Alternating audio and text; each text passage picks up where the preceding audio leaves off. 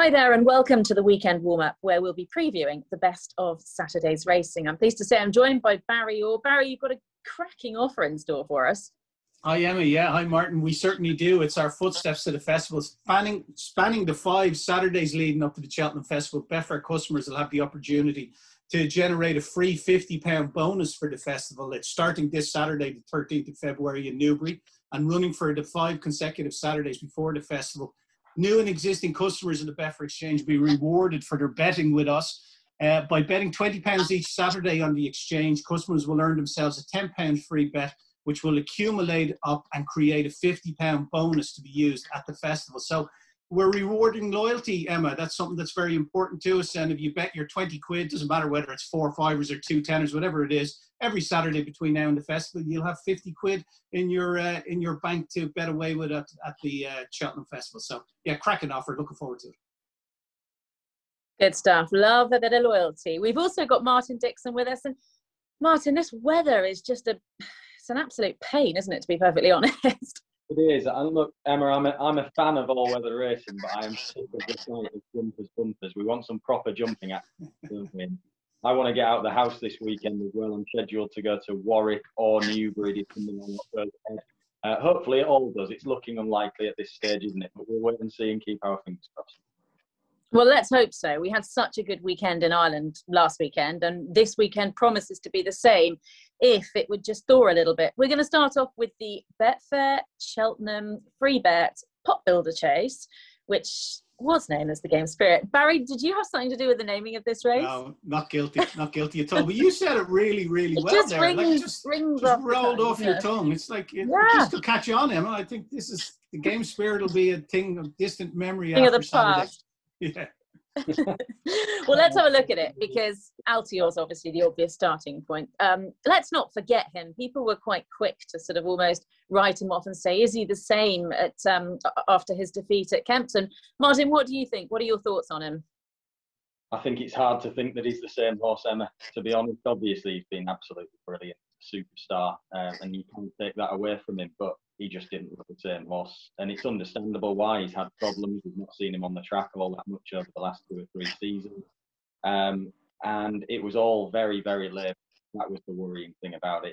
He was struggling a long way out. He clawed his way through determinedly in the end into 2nd place. But to not look a match for much of the race, for one Newbury and then Duke de Geneva as well, who since has been well beaten, it's worrying, and I think the signs are that this is a horse whose best days are behind him. There was always a chance that was going to be the case anyway, and I think it's very unlikely we see him scale the heights that he did previously. He beat So Royal in the race last year. Obviously, he reopposes again. What can beat him? Well, I think So Royal is a horse that has at least proven this season. It was a shame, actually, at Kempton that he came down. He fell at the 5th fence, and that was a shame for the race generally. It would have told us a lot more about what we were dealing with in that race with Newbury and Altior if Sir Royal had stood up. He didn't. But what we do have earlier on in the season over hurdles with Sir Royal is evidence that this is the horse that retains on ability. He had a series of really good runs over hurdles to his name prior to that fall over fences at Christmas. And Sir Royal has got within 3.5 lengths or less of Altior on 3 separate occasions, including in last year's Game Spirit Chase. And on each of those 3 occasions, they've been off level weights. On Saturday, it is set to be Sir Royal in receipt of £6. That can make a big difference.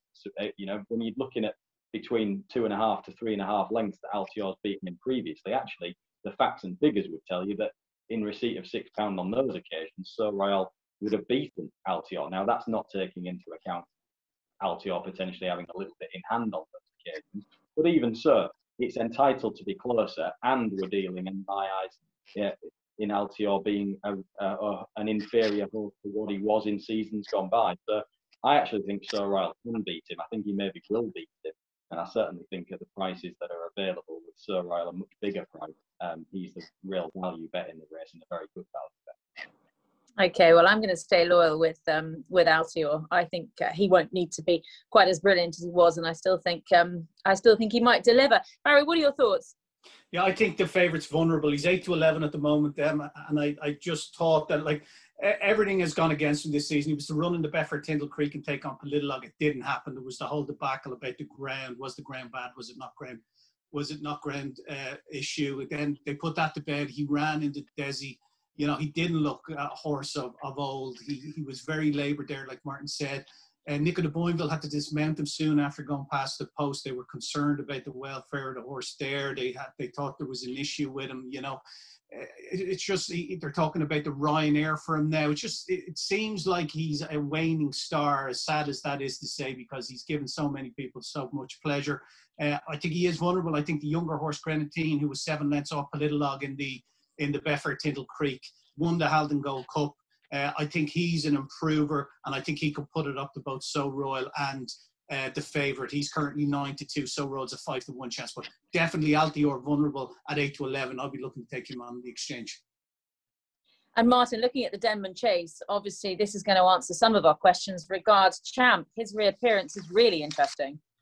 It is. It will tell us an awful lot and give us some more clarity, I guess, when you need it in the Gold Cup picture at this moment in time. He still potentially is a Gold Cup horse. He was very progressive last season. He ran a screamer in the RSA, and he did look very much like a Gold Cup horse. But it's worrying that in his case, he's had a hob day operation. His wind wasn't right. He had the hob day, and we've not seen him yet this year. So there's plenty of question marks hanging over Champ as well. He's still quite an inexperienced horse, and this will be the stiffest task of his career, make no mistake. So he's another horse that I would be looking to take on, if I'm being honest, at Newbury. And his unorthodox racecourse gallop is intriguing, isn't it, that Nicky's told us about? Yeah, it's not been ideal, has it? And it'd be very disappointing for the clarity of the Gold Cup picture and for Champ, such a progressive novice last season, to not get a run into him before the Cheltenham Festival would be disappointing, to say the least. So hopefully Newbury goes ahead. Hopefully we get that opportunity to see him. But if we do, there are quite a lot of questions to answer still with Champ. One, it's his stiffest task yet, in my opinion. He's still a very inexperienced chaser. We haven't seen him all that often through his career. He's a 9-year-old now. He doesn't seem like he's been around that many years, but he is an older horse. His jumping wasn't always the best last season as a novice, so he's still got a relative lack of experience, I think, going into a tougher environment, even tougher environment than he was in last season. And that's without mentioning the fact that he's had to have a hob day operation as well since we last saw him. So there's a cloud hanging over Champ, I think, and his price doesn't necessarily tell you that going into Saturday. I think Clan des Obeaux is the horse to beat, Emma.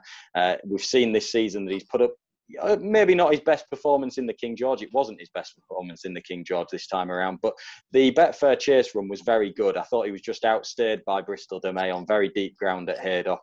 It was still encouraging the way that he travelled through that race, and maybe it just took the edge off him a little bit heading to Kempton. They freshened him up. 2 miles 7.5 at Newbury on a flat track will be absolutely perfect for him to produce his best form again. Okay, and Barry, lost in translation, can he bounce back to his best, do you think? No, in a word. I thought he burst a blood vessel in the King George. It's a watch and brief for him here. It's a stepping stone to the Gold Cup, just as it is for Champ. He's been off way too long for my liking. 13-8 at the moment himself, and Clan des Obeaux is not, I think, a fair reflection of their ability and where they're at this stage of the season. Obviously, Clan des Obeaux beaten 8 lengths by Froden in the King George when going for a hat-trick of wins. He's a Grade 1 winner in open company, as is Lost in Translation. You'd have to say Clan des Obeaux, this is his Gold Cup, whereas Champ is very specifically being trained with the Gold Cup in mind. So he's not going to get a hard race, whereas Clan des Obeaux will have this race and then probably on to Aintree in April is the plan with him, I would imagine. So I was very much in the favour of Clan des Obeaux, and I think he'd go off considerably shorter than the 13-8 he is at the moment. Couldn't have Lost in Translation off the back of breaking the blood vessels. Kalashnikov, the winner of the Betfair Hurdle on this card in 2018. Great to see him back to Peterborough Chase. Finished second to Mr. Fisher in the Peterborough Chase. I just think this is a stretch too far for him. And it's 20-1 bar. So I'm very much into Clan des Obeaux and Paul Nicholls' camp here. Lovely. That takes us nicely onto the Betfair Hurdle. Metier is likely to be the favourite here. Probably the class horse in the race. Martin, what are your thoughts? Well, he's seriously progressive. He ticks a lot of boxes. If you look back through you know, what you need, what you require to win a Betfair Hurdle. Essentially, you need a progressive horse. I think you've got to go back to 2005 for the last horse that wasn't a 5 or 6 year old to win this race. 8 of the last 11 winners have been novices. You know, it's a very competitive race, as the demands of the race are, with such a valuable prize on offer. And you need to have a well handicapped, improving horse in there. Metier certainly is that. Even though he's got a handicap mark of 149, he's very much earned that with a wide margin win in the Tolworth. And although you can crab the bare form and what did he beat in the Tolworth, that's fair enough. But I think Shake 'em Up Harry, who will reoppose, is a genuine mid-130s horse. And he gave him a good £15 beating with a fair bit more in hand, in my opinion. He's getting better all of the time. The time comparisons with other hurdle races on the card at Sandown that day but read very well in the favour of Metier.